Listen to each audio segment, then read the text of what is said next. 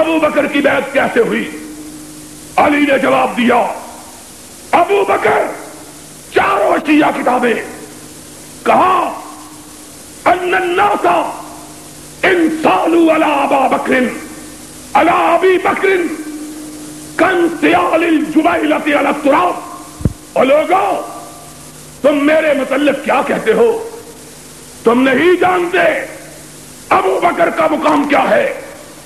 جب عمر نے ابو بکر کا ہاتھ پکڑا، لوگ اس طرح ٹوٹ پڑے جس طرح شہد کی مکھیاں چھاتے پہ ٹوٹ پڑتی ہیں۔ کوئی دوسرا وہاں بات کرنے کی جرت نہیں کر سکتا تھا۔ لوگ اس طرح گرے جس طرح گرنے والا مٹی کا تودہ زمین پہ گرتا ہے، اس طرح لوگ ابو بکر کے ہاتھ پہ ٹوٹ کے گرے۔ علی، تم نے کیا کیا؟ کہا فمضیت وقم فبایعتہ واطعتہ فیما اطاع اللہ ورسولہ۔ جب میں نے ابو بکر کے لیے لوگوں کی محبت کا یہ جذبہ دیکھا، میں بھی بھاگتا ہوا گیا اور ابو بکر کے ہاتھ پہ بیعت کر کے زندگی بھر اس کے پیچھے نمازیں پڑھتا رہا۔ آج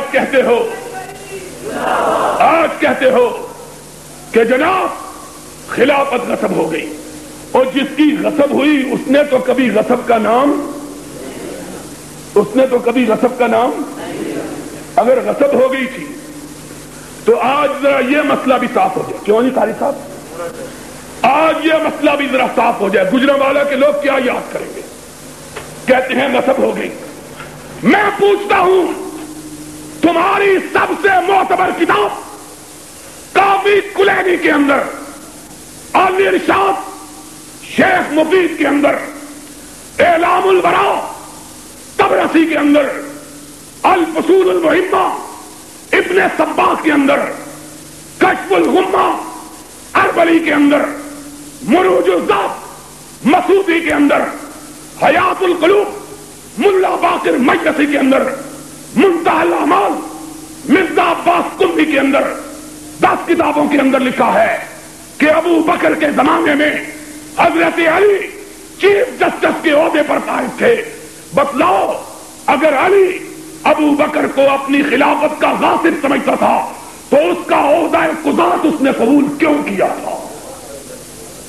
آج ہم کو بتلاؤ، ہم جیسے غریب لوگ، فقیر لوگ، مفلس و کلاش لوگ، بے بس و بے کس لوگ، وہ لوگ جو علی کے جوتوں کے ذرات کی مقابلے میں کھڑا ہونے کی جرت نہیں کر سکتے، ہم جیسے لوگ، سی آئی ڈی والوں لکھو، غلط ہو تو دار پہ کھینچو، ہم جیسے لوگ، ہماری جائیداد کی ضبطی کے آرڈر ہوئے، اور اخباروں میں گجرانوالیوں پڑھا تھا کہ نہیں؟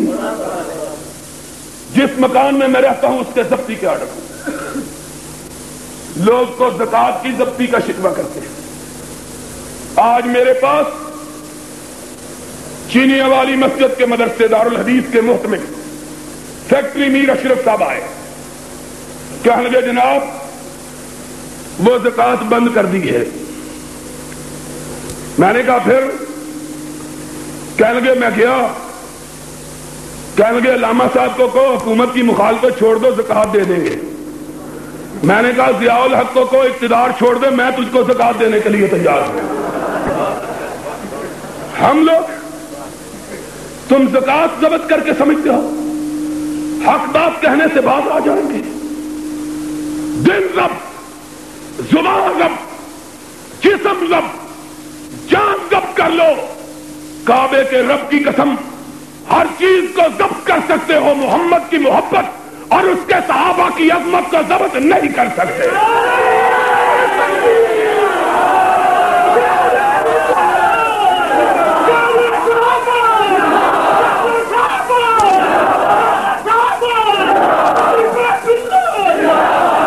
کہتے ہیں ضبط۔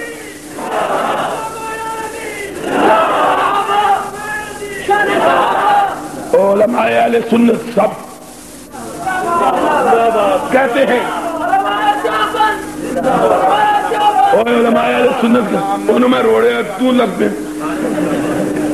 میں یہ کہہ رہا تھا ہم جیسے غریب لوگ مفلس لوگ کلاش بے کسو بے بس ہم تو کمزور ہیں.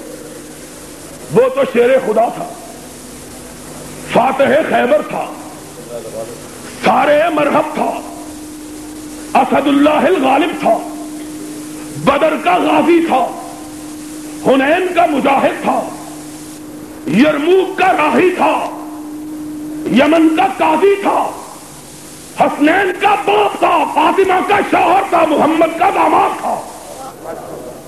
تم نے اس کو کیا سمجھا ہے؟ تم نے یہ سمجھا کہ صدیق اس کی خلافت بھی غصب کر لے اور اس کو عہدہ بھی قبول کر لے. تم نے آج کے گئے گزرے لیڈروں سے بھی بدتر سمجھا ہے.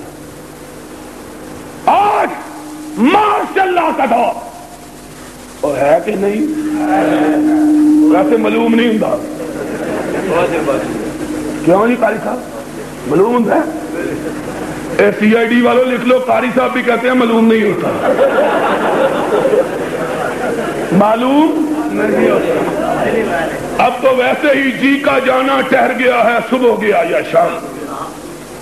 اب دنیا کی کوئی طاقت اس گرتی ہوئی دیوار کو سہارا دے سکتی؟ جو سہارا دے گا کھلے خود بھی آ جائے گا. ان میرے پاوے ہی رہ جانے نے, ان میرے پاوے ہی رہ جانے نے. اتنے چکھٹا کو خدا کا خوف کرو, کام سے وعدے کیے نبھاؤ, اور نہیں نبھاؤ گے تو سن لو ایک وہابی کی پشین گوئی بھی سن لو. کیوں جی حضرت بریلوی بڑیاں کر دینے پشین گوئی, آج ساڑی بھی پشین گوئی سن لو. ہم نے پاس اور یہ وزیر اعظم اتنا سونا شیشہ دیکھے تو شیشے نو توڑانا پی گیا. یہ باقی رکھے, یہ باقی رکھے گا. اب دنیا کی کوئی طاقت